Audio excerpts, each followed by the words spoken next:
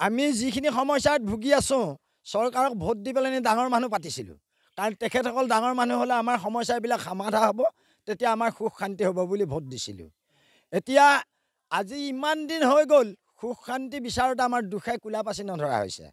কাৰণ আজি এই গাঁওখনতে থাকি থাকি বুঢ়া হ'লোহি আৰু এই নামঘৰ ভাগলৈকে মই সদায় আহি থাকোঁ নামঘৰীয়া হিচাপে এতিয়া ভয়ত মই নামঘৰলৈ আহিবলৈ অকণমান ভয় হৈছে কিয় ভয় হৈছে জেঠ মাহৰ পৰা ইয়াত একদম প্ৰবল বাৰিষা হ'ব এই বাৰিষাত এই আমি ৰৈ থকা জেগাটোত প্ৰায় এবুকুলৈকে পানী হয় গতিকে এবুকু পানীত মই সাঁতুৰি আহি পেলাই নামঘৰত বন্তি জ্বলাবলগীয়া হয় কিয় চৰকাৰক ভোট দি পেলাই ডাঙৰ মানুহ পাতিলোঁ আমাৰ সমস্যাৰ সমাধা হ'ব বুলি কিন্তু আমাৰ সমস্যাৰ সমাধা হওক চাৰি দিনক দিনে আমি এই ৰৈ থকা জেগাটো তললৈহে ভৰি গৈ আছে আৰু এতিয়া সেইকাৰণে আৰু এই গাঁওখনত 200-1200 কিমান এটা ভোট থাকোঁতেও ইয়াত ভোট কেন্দ্ৰ নাই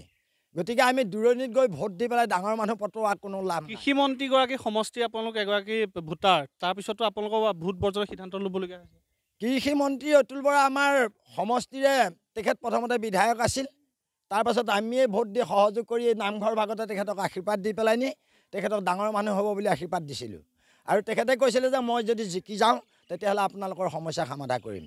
গতিকে তেখেতে আহি ইয়াত কথা দিছিলে তেখেতে ৰাইজৰ মাজত সেৱা ধৰিছিলে কিন্তু ইলেকশ্যনৰ পাছত আৰু তেখেতক ইয়াত দেখিবলৈ নাইকিয়া হ'ল তেখেতক যে নাইকিয়া হ'লেই আৰু তেখেতৰ সহকৰ্মী কোনোবা আহিও এই গাঁওখনৰ ৰাস্তা পদূলি বা মানুহখিনিৰ কি বিপদ হৈছে তাৰ কোনো বুজ ল'বলৈ কোনো নাহে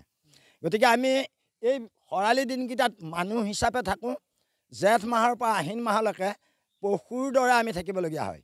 যেনে পশুৰ মাজলৈ মানুহ কোনো নাহে আমাৰ মাজলৈ তেনেকৈ কোনো নাহে আমাৰ সমস্যাৰ বুজ ল'বলৈ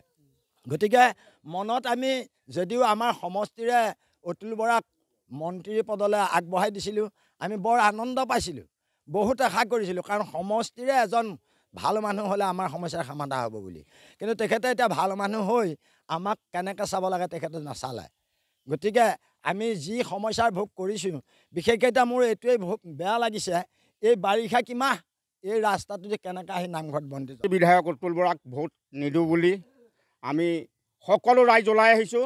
আৰু তেখেতক ভোট দি আমি জিকাই তেখেতৰ পৰা আমি একো প্ৰাপ্য নাপালোঁ সেইকাৰণে আমি ভোট বৰ্জন কৰিছোঁ হয়তো আমাৰ সমজুৱা ৰাইজৰ যিহেতু বৃহত্তৰ স্বাৰ্থ আছিলে আমাৰ মূল পথটো গতিকে আমাৰ মূল পথটো আজি এজাক বৰষুণ দিলে এখন এম্বুলেঞ্চ নাযায় এজন যেতিয়া আমাৰ গৰ্ভৱতী মহিলা নিবলগীয়া হয় 108 ফোন কৰোঁ যে আপোনালোকৰ গাঁৱলৈ এম্বুলেঞ্চ নাযায় তেনে অৱস্থাত আমি আমাৰ এইটো নিজৰ তেনেকুৱা বাহন নাই থাকিলেও ওলাই নিব নোৱাৰি তেনে ক্ষেত্ৰত অতুল বৰাই আজিলৈকে এই ৰাস্তাটো পকীকৰণ কৰি দিয়া ব্যৱস্থা গ্ৰহণ নকৰিলে কেৱল কৰি দিম গৈ থাকিলে এই ক্ষেত্ৰত আপোনালোকে গম পায় যে মই দুবাৰকৈ জেল হাজতলৈ যাবলগীয়া হৈছে তাৰপিছতো তেখেতলোকৰ লগত আমি বহুবাৰ আলোচনা বিলোচনা কৰাৰ পিছতো ৰাস্তাটো আজি পৰ্যন্ত হৈ নুঠিল 1285টা ভোট থকাৰ পিছতো আমি 3 কিলোমিটাৰ আঁতৰত কেনেকৈ গৈ ভোট দিম অত দিনৰ পৰা আমাৰ গাঁৱত নিৰ্দিষ্ট এটা স্থায়ী ভোট কেন্দ্ৰ নহ'ল আৰু ভাৰতৰ যি আমাৰ নিৰ্বাচনী আয়োগ আছে তেখেতলোকক আমি ধিক্কাৰ জনাব বিচাৰিছোঁ অসমৰ মুখ্যমন্ত্ৰীক ধিক্কাৰ জনাব বিচাৰিছোঁ আমাৰ অতুল বৰা মহোদয়ক আমি ধিক্কাৰ জনাব বিচাৰিছোঁ